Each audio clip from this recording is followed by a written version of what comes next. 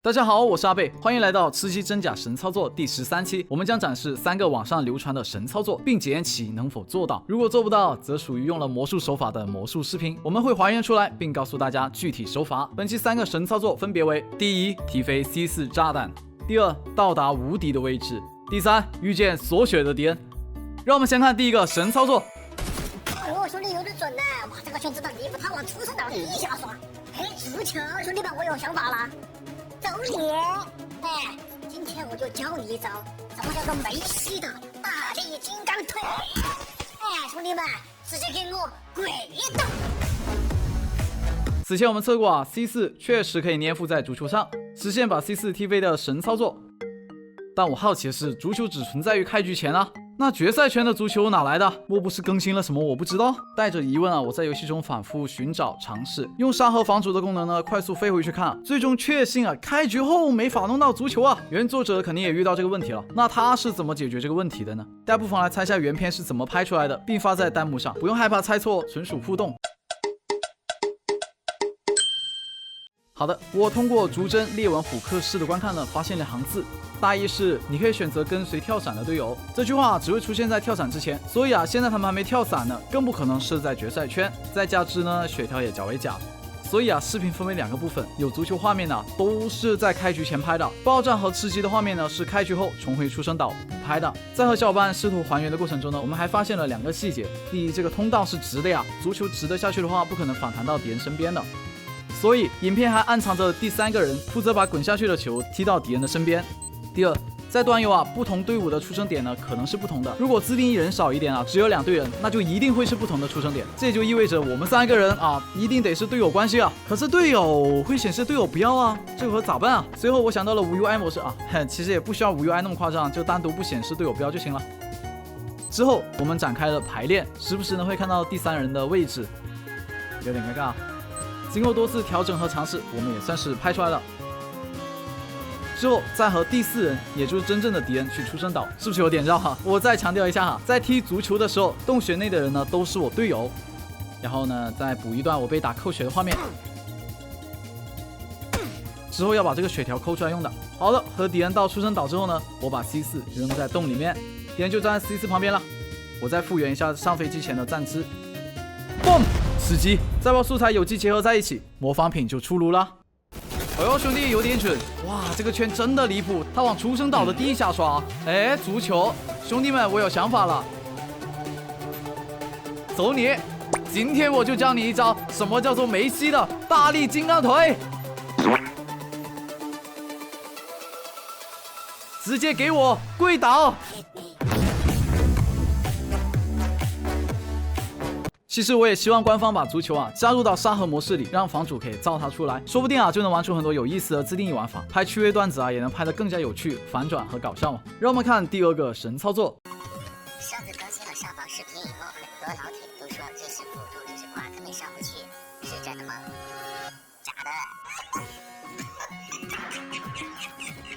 经过一段时间的测试，我发现这个房间的确是个无敌的位置，房顶的确是可以卡上去的。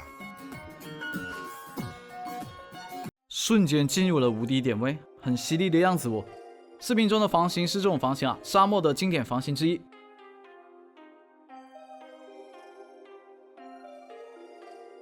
我像原片一样，通过爬落地灯站在了柜子上面。由于原作者没说具体卡法，我和小伙伴花了一段时间才摸索成功的。如果卡上去后角色会卡在2楼天花板上。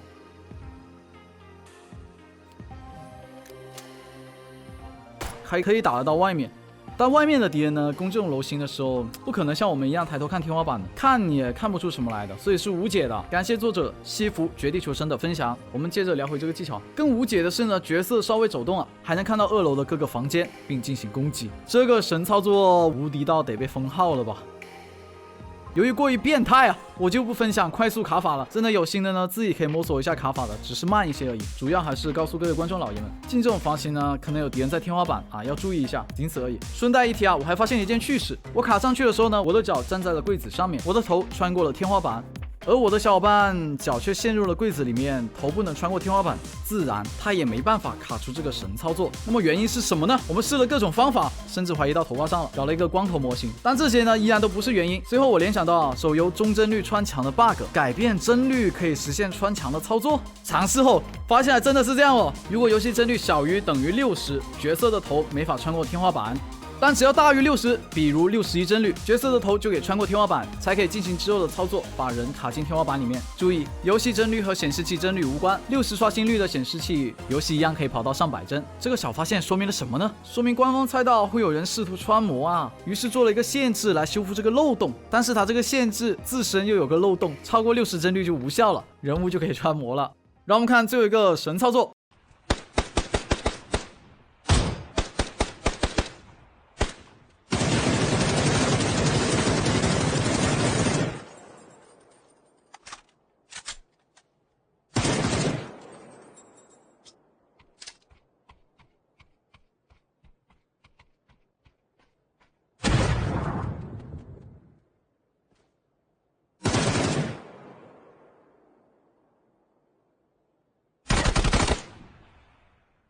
最高赞的2条评论啊，是怀疑或者认定是挂了。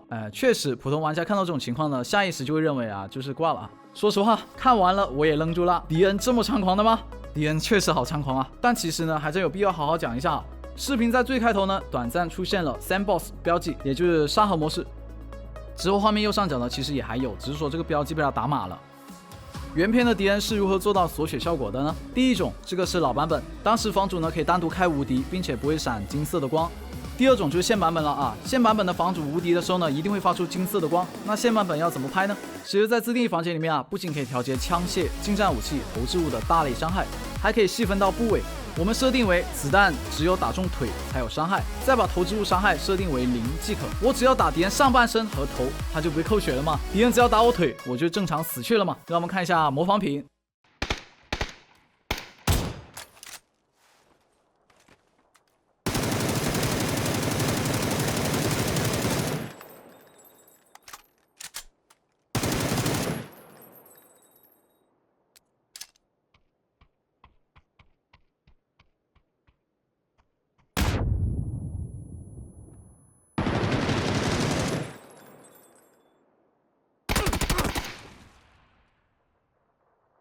还是可以还原出原版嚣张跋扈的敌人形象的吧。当然，我制作真假神操作系列的目的不是打假，我只是像魔术揭秘一般去探究这类有趣搞怪视频背后的手法罢了。我本人还是蛮喜欢看这类视频的，蛮解压与欢乐的。